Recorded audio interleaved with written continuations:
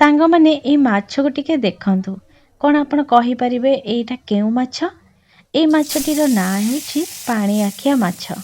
ଆପଣମାନେ ଜାଣିଥିବେ କି ନାହିଁ ମୁଁ ଜାଣିନି। ତ ଏଇଟା ହେଉଛି ପାଣି ଆଖିଆ ମାଛ।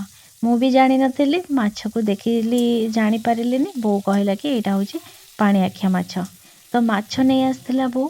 ତାପରେ ମୁଁ ତାକୁ କ'ଣ କଲି, ଭଲସେ ଧୋଇଦେଲି। ହଳଦୀ ଗୁଣ୍ଡ ଲଙ୍କା ଗୁଣ୍ଡ ଦେଇକି ଗୋଳେଇ ଦେଲି। ଗୋଳେଇ ଦେଇ ସାରିଲା ପରେ ତାକୁ ତେଲରେ ଗୋଟି ଗୋଟି କରି ଏମିତି ଫ୍ରାଏ କରିଦେଲି। ଦେଖିବାକୁ ବହୁତ ସୁନ୍ଦର ଲାଗୁଥିଲା।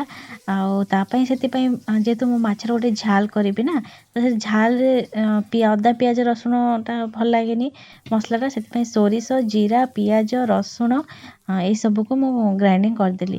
ତାପରେ ଏପଟେ ମୋର ମାଛ ଭଜା ହେଇଯାଇଥିଲା, ମାଛକୁ ବାହାର କରିଦେଲି। ତାପରେ କଢ଼େଇରେ ଆଉ ଟିକେ ତେଲ ଦେଇଦେଲି। ତେଲ ଦେଇ ସାରିଲା ପରେ ସେଥିରେ ଟିକେ ଫୁଟଣ ପକାଇଦେଲି।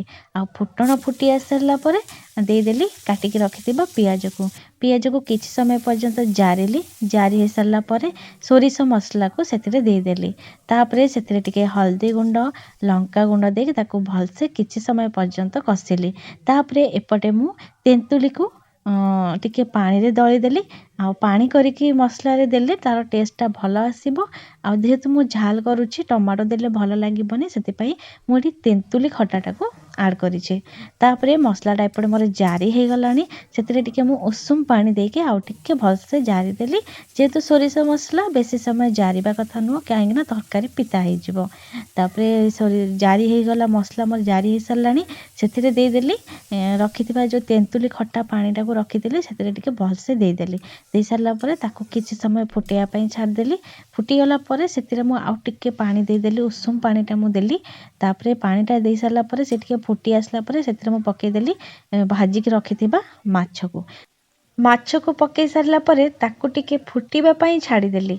ଆଉ ଫୁଟି ସାରିଲା ପରେ ତରକାରୀ ତ ମୋର ଏବେ ରେଡ଼ି ହେଇଗଲାଣି।